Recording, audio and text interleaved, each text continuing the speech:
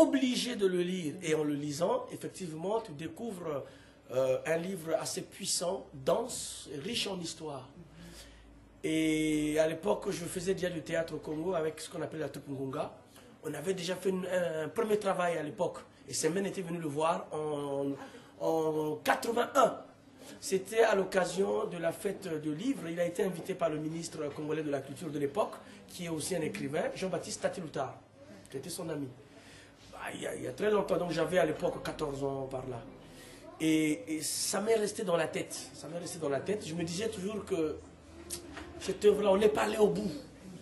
Un jour, quand j'aurai un peu plus d'expérience, je pourrais essayer d'aller dans les détails par rapport à cette œuvre. Donc c'était resté quelque part dans le coin de ma tête. Ce qui fait qu'en 98, je suis allé à Dakar pour rencontrer Sembène. Alors ça a été très difficile le contact, mais vraiment très très difficile. C'était très difficile, pourquoi? Parce que tu le trouvais pas ou parce que... Non, parce que c'était un personnage assez particulier quand on ne connaît pas. Alain, est-ce que tu es d'accord? Alain, tu le fils de Samba Doucet, est-ce que tu es d'accord avec ce qu'il dit quand il dit... Bon, il n'était pas facile.